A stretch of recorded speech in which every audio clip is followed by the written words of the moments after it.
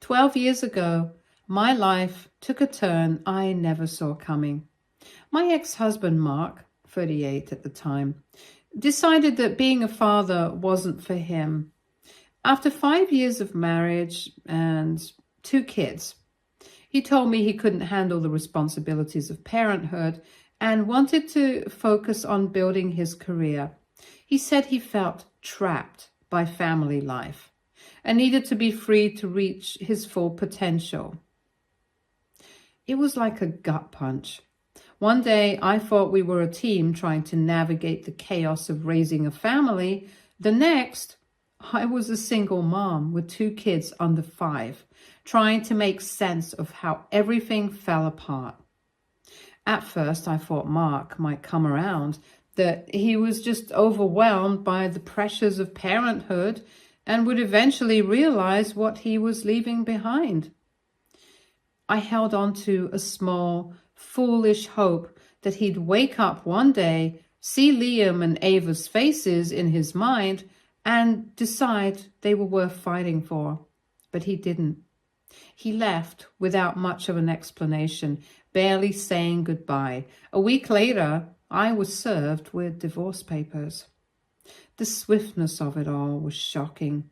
One day, we were a family, fractured, yes, but still together. The next, he was gone. He didn't fight for custody, not even joint custody. It was as though he didn't want the reminder of what he'd walked away from. The court ordered him to pay the bare minimum in child support, and he agreed without argument. Then, just like that, he moved to another state and cut off all contact. It was as if he wanted to erase us from his life entirely. Liam was 5 at the time, old enough to notice and ask questions. He'd come up to me with those big, innocent eyes and ask, "Where did Daddy go? When is he coming back?" How do you answer that? How do you explain to a little boy that his dad chose to leave? I tried my best, telling him that Daddy had to go away for a while, but it didn't stop him from asking. He waited by the window some nights, watching the driveway, as if Mark might pull in at any moment. Ava was just 3 then, too young to understand what was happening, but not too young to feel the change. She'd wander the house, calling out for him. "Daddy, Daddy," she'd say, her little voice echoing through the quiet. It was heartbreaking. I'd scoop her up and hold her tight, but no amount of hugs filled the void he'd left behind. I was 34 at the time, and suddenly the entire weight of our little family was on my shoulders. I had a steady job, but it wasn't enough to cover everything. The child support barely made a dent in the bills. Those first few years were a blur. Every day felt like an uphill battle. I'd wake up before the sun to pack lunches, rush the kids to daycare, and head to work. After 8 exhausting hours, I'd race back to pick them up, make dinner, help with homework, and squeeze in a bedtime story before collapsing into bed myself. There were nights I barely slept, lying awake and worrying. Would I be able to pay the rent this month? Could I afford Liam's school supplies or Ava's dance class? Would my kids grow up thinking they weren't enough because their dad had left? The worry was constant, a weight that never lifted. Liam, even as a little boy, seemed to sense my struggles. He was always the quieter, more introspective one, taking on more than a child ever should. He'd do these small, sweet things to try and help. Once, when I was particularly stressed about money, he brought me the few dollars he'd saved from his allowance and held it out to me, saying, "Mom, I think you need this more than I do." It broke my heart and made me so proud of him all at once. He tried to fix things around the house with his little plastic toolkit, banging on loose cabinet doors and insisting he could take care of it. He'd keep Ava company when I was too busy, reading her picture books or helping her color. Liam carried so much weight on those small shoulders, and while I was grateful for his thoughtfulness, I worried constantly about the toll it was taking on him. Ava, on the other hand, was a firecracker. Even as a toddler, she was stubborn, full of energy, always asking questions and testing boundaries. She had this fierce determination about her, a spirit I admired and encouraged. I also saw how deeply she felt things. As she grew older, Ava started to struggle with feelings of rejection. She wouldn't talk about it directly, but the signs were there. She'd make little comments that broke my heart, like when she'd point out that her friends' dads came to their soccer games, or how Father's Day at school was her least favorite day of the year. One time she came home upset because the teacher had asked everyone to make a Father's Day card and she didn't know what to write. She tried to act like it didn't bother her, brushing it off with an "I don't care" or "whatever," but I knew better. Ava was tough. But she was just a kid, and kids need to feel loved and wanted. Mark's absence left a hole in her life, one she didn't always know how to talk about. The hardest part for me was feeling like I had to be everything at once, both mom and dad, provider and nurturer, disciplinarian and comforter. I wanted to shield them from the pain of Mark's choices, but I couldn't erase it entirely. All I could do was show them that they were enough, that they were loved beyond measure. We fell into a rhythm eventually, but it wasn't easy. Money was tight and there were plenty of sacrifices. Liam wanted to join a club in middle school, but the fees were too high, and Ava had to settle for secondhand soccer cleats because I couldn't afford new ones. Still, we found joy where we could. I worked hard to make sure the kids felt safe and happy, even when I felt like I was barely holding it together. Mark, meanwhile, seemed to be living his dream. I would hear bits and pieces through mutual friends or see things pop up on social media, like how he got promoted at work, bought a fancy condo, and was always jetting off to some new country for business. He looked happy, at least from what I could see through social media. He was living the life he had always talked about, climbing the corporate ladder, traveling the world, experiencing all the luxuries that came with success. It was the life he'd always wanted for himself.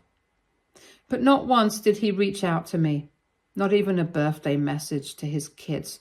No calls, no cards, no acknowledgement of their lives. At first, I tried not to be bitter. I told myself that maybe he was just busy and that maybe he was adjusting to his new life, and that one day he'd remember he had a family. But the years passed and I honestly stopped caring. The more time passed, the less I thought about him. I focused on raising Liam and Ava and on making sure that they knew they were loved and that they had everything they needed from me. Now, Liam is 20 and in his second year of college. He's studying engineering, works a part-time job, and is thriving. He's still quiet, but has grown into a thoughtful, resilient young man. Ava, now 17, is in her senior year of high school and preparing to graduate. She's as strong-willed as ever, talking about applying for so many prestigious colleges. They've both grown into incredible people despite everything. Then, out of nowhere, Mark sent me an email last week. He's 50 now and recently retired. Apparently, after selling a company he helped build, he said he's been reflecting on his choices and wants to reconnect with the kids. He mentioned setting up a trust fund for them and said he hoped it could be a way to start fresh. He claimed he wanted to make amends and hoped I could help facilitate a meeting. It was bizarre, like reading a message from a stranger. I told the kids about it because they deserved to know. Liam was indifferent, saying, He made his choices. Ava, however, was furious. She called him a stranger and said she didn't want anything to do with him. I could see the hurt behind her anger, though.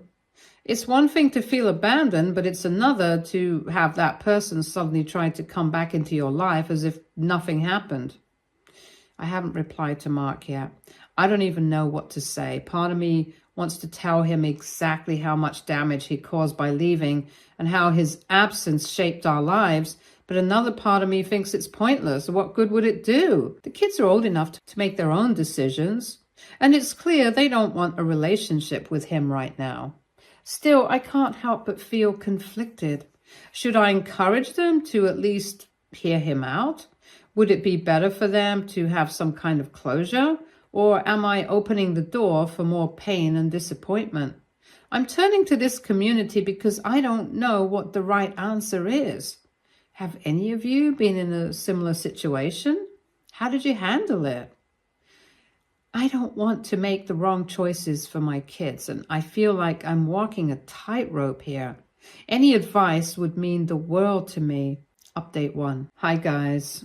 I want to start by saying thank you for all the support, advice, and kind words.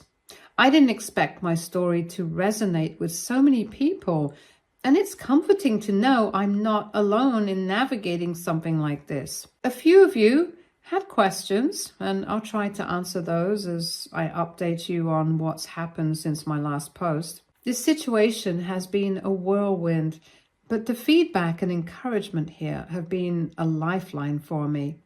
First, let me address something a few people pointed out. Why I even considered hearing Mark out. Trust me, it wasn't because I'm a pushover or willing to forgive what he did without thought, but I'm a parent first, and if there's even a 1% chance that Mark's involvement could somehow improve my kids' futures, whether financially or emotionally, I felt I had to explore it. That said, I would never force Liam or Ava to interact with anyone, let alone the man who walked out on them. It was ultimately their decision, and I was always going to respect that. After sitting down with Liam and Ava for another conversation, this time with calmer minds, it became clear we were all on the same page. Both of them firmly decided they didn't want anything to do with Mark, not even his trust fund. They both expressed that any kind of relationship with him felt like an attempt to buy back their love, which they found insulting. Liam said, "I don't want a dime from someone who couldn't even pick up the phone on my birthdays."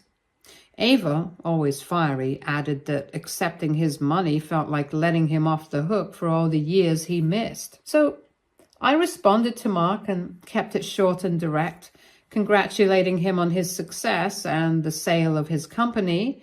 I also told him that Liam and Ava had no interest in reconnecting with him or accepting any help, financial or otherwise.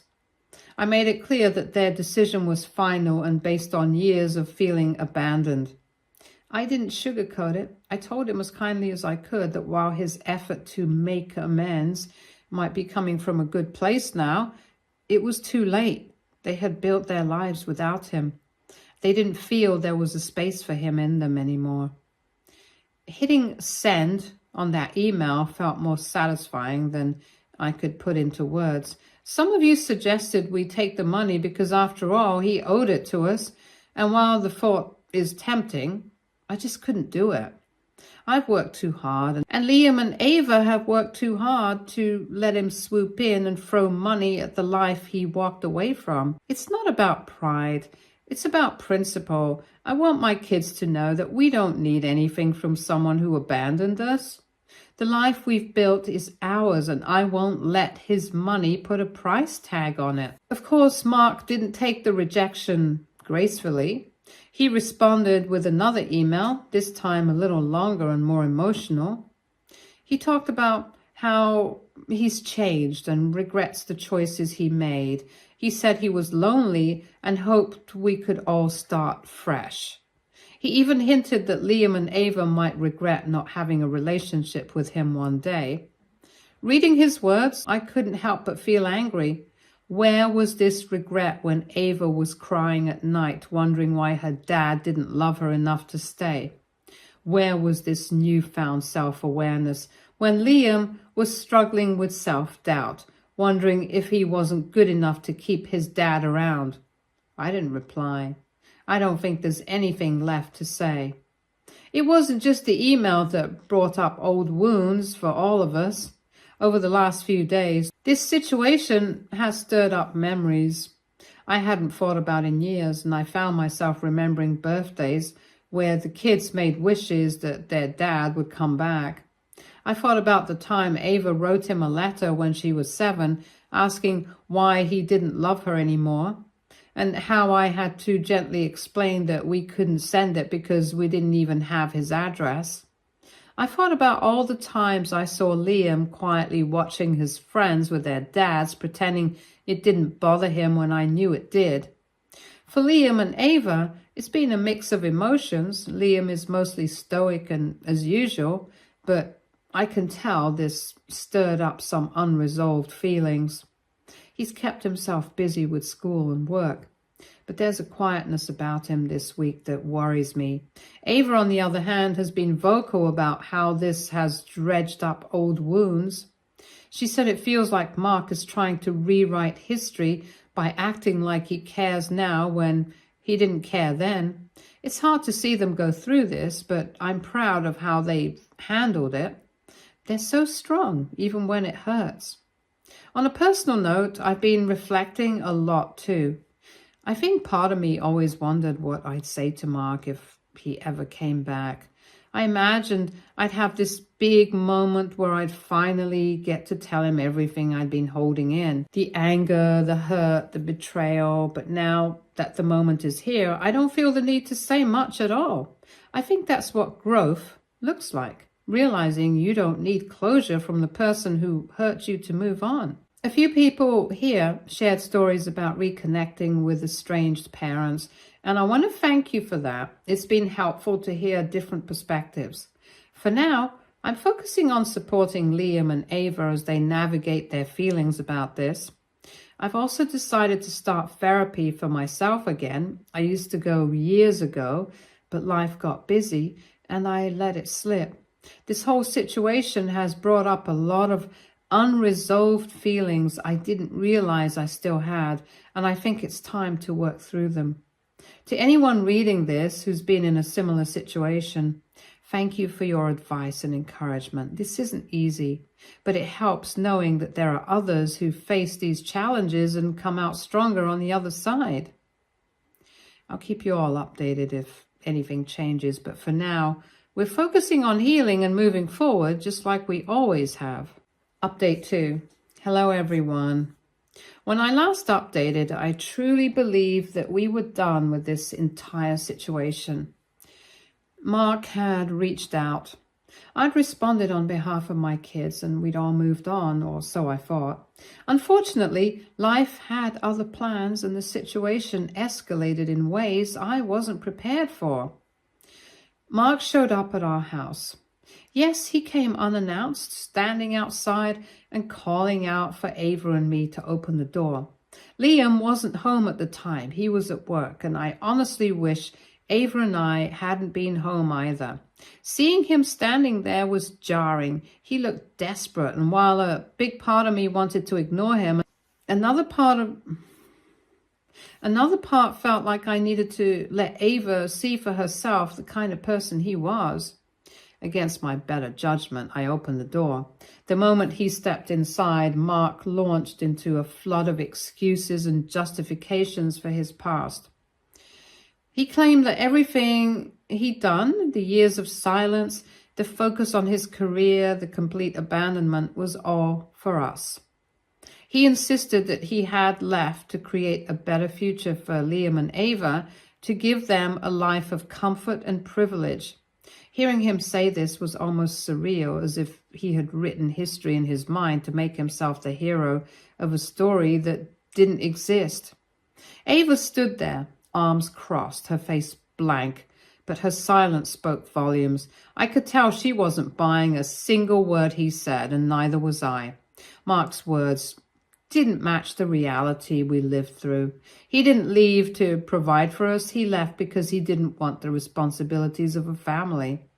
When it became clear that neither Ava nor I were responding the way he wanted, Mark changed tactics.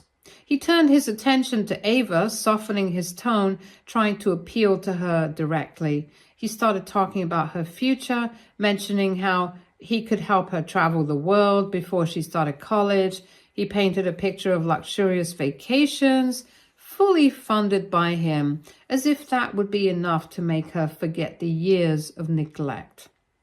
Ava didn't say anything, but her body language made it clear she wasn't interested. It was painful to watch him try to manipulate her. He clearly thought he could buy her affection or convince her with grand gestures. When none of it worked, his demeanor shifted yet again. The pleading and charm disappeared, replaced by anger and blame. He turned on me, accusing me of poisoning the kids against him. He claimed I had brainwashed them into forgetting all the things he had supposedly done for them when they were younger. Hearing him say that was infuriating. The truth is, I've never spoken ill of Mark to Liam or Ava. I didn't need to. His actions, or lack thereof, spoke for themselves. Still, standing there and listening to him twist the narrative was like a slap in the face. I wanted to say something to defend myself and set the record straight, but in the moment, I felt paralyzed. Mark didn't stop there. He went on and on, saying that I had ruined the relationship he could have had with his children. He acted as though he was the victim, completely ignoring the fact that he was the one who chose to leave. He even had the audacity to suggest that I'd made it impossible for him to come back sooner, as if that were ever a decision I had control over. Before I could respond, Liam came home. The timing couldn't have been more perfect. He walked in, immediately sensed the tension in the room, and asked what was going on. Mark tried to shift gears again, and this time turning his attention to Liam. He started talking about how proud he was of Liam's accomplishments, how he had been following his progress and knew he had a bright future ahead. He said he wanted to be part of that future, to support him in whatever way he could. Liam didn't let him finish. He simply told Mark to leave. His voice was calm but firm, and there was no room for argument. Mark tried to push back, insisting that he had a right to see his children and be part of their lives, but Liam stood his ground. He told Mark that he had lost that right the day he walked away, and nothing he could say or do now would change that. Watching Liam handle the situation with such strength and clarity made me incredibly proud. He didn't let Mark manipulate him or guilt him into anything. He just stood up for himself and for Ava in a way that I hadn't been able to in the moment. Mark left after that, but not without making one last comment. He said that one day we would all regret shutting him out, and that we would realize he was only trying to help. It was classic Mark, always deflecting blame and painting himself as the victim. After he left, I sat down with Liam and Ava to process everything that had just happened. Ava was furious, saying that she couldn't believe he had the nerve to show up and expect forgiveness after everything he had done. Liam, as usual, was quieter, but I could tell he was upset too. He said it felt like Mark was trying to rewrite history, to erase the pain he caused by throwing money at the situation. The whole ordeal has been emotionally draining. It's brought up so many old wounds, not just for Liam and Ava, but for me as well. I've been reflecting a lot on the kind of life we've built since Mark left. It hasn't been easy, but it's been ours. We've faced challenges together, grown together, and become stronger because of it. Mark doesn't get to come back now and take credit for any of that. I'm still processing everything that happened, but one thing is clear. We don't need Mark, and we never did. His presence, or lack thereof, doesn't define us. We've built a life that is rich in love and resilience, and no amount of money or empty apologies can change that. Thank you to everyone who's been following the journey and offering your support. It's been a tough few days, but knowing that there are people out there who understand and care has made a world of difference. I'll keep you updated if anything else happens, but for now, we're focusing on healing and moving forward. Update 3. Hi guys, I'm back again. A few days ago, something else happened and I thought you should know. Things have finally come to a close, but it wasn't without one last dramatic encounter. Ava and I were out doing our regular grocery shopping. It was a normal day, nothing out of the ordinary, until we came across Mark. I don't know how it happened, but there he was, standing a few aisles away. I saw him before he noticed us, and for a moment I thought maybe we could just keep moving and avoid any kind of interaction. But of course, Mark spotted us, and he wasn't about to let the opportunity pass. He made a beeline for us and immediately started shouting, drawing attention to himself like always. He accused me of taking the kids away from him, asking if I was happy now that I'd succeeded in turning them against him. He was loud, angry, and completely oblivious to the fact that we were in a public place. Ava stood frozen beside me, and I could feel her tense up as Mark continued his tirade. That was my breaking point. I'd held my tongue before and let him have his say and tried to take the high road, but this time I couldn't stay silent. I turned to him and asked very clearly and loudly how exactly I had taken his kids away from him when he had been missing in action for 12 years. I asked him where he was during the birthdays, the holidays, the milestones. Where was he when Liam was struggling in school or when Ava needed someone to cheer her up at her dance recital? I reminded him that he was the one who chose to walk away, not me, and that his absence was entirely his doing. Mark didn't have an answer to any of it. He just stood there, stunned, and I let out 12 years' worth of frustration. For the first time, I wasn't holding back. I wasn't polite or measured. I was honest, and it felt good. It felt like finally closing a chapter I didn't even realize was still open. But then I noticed people starting to gather. Shoppers were stopping to watch, their carts idling as they stared at the scene Mark had created. And that's when I realized I'd said enough. I didn't need to prove anything to him or anyone else. Ava and I turned to leave, but Mark tried to follow us, still shouting something about how I'd ruined his relationship with his kids. Thankfully, a store employee stepped in. He got in between us, and Mark told him very firmly that if he took one more step, they would call the cops. Mark looked like he wanted to argue, but must have realized he had no leg to stand on. He backed off, and Ava and I left the store. On the way home, I kept replaying the encounter in my head. I just cannot describe how emotional I felt.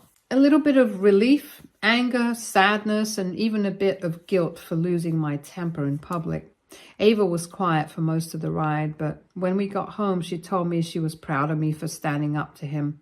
That meant the world to me, because all I've ever wanted is to show my kids that they deserve better than what Mark gave them. Since that day, Mark has disappeared. None of our friends or family has heard from him, and honestly, I don't care to know where he is as long as my kids and I are safe. That's all that matters. He's proven time and again that he's only interested in causing chaos, and I'm done letting him have any influence over our lives. This whole experience has reminded me of what's truly important. Liam and Ava. Liam is all grown up now, but I know this situation has impacted him deeply. He's always been the quieter one, keeping his feelings to himself, but I can see how much this has weighed on him. I'm keeping an eye on him and making sure he knows I'm here for him if he ever wants to talk. As for Ava, I can tell she's still processing everything. She's strong and independent, but she's also only 17, and this has been a lot for her to handle. I've decided to sit down with her and discuss whether she feels the need for therapy. I want her to have all the tools she needs to heal and move forward. And if talking to a professional can help, then that's exactly what we'll do. Through all of this, I've realized how important it is to focus on the life we've built together, the three of us. We don't need Mark, and we never did. Liam and Ava are incredible young adults, and I couldn't be prouder of them. We've weathered so many storms together, and each one has made us stronger. I can't thank you all enough for the support and kindness you've shown me through this journey. Sharing my story here has been cathartic in a way I didn't expect, and the advice and encouragement I've received have meant more to me than I can say. For now, I'm putting this chapter behind us and focusing on the future, a future where we are safe, happy, and free of Mark's shadow. Thank you for being here for us. Stay tuned for more stories from our girl relationships.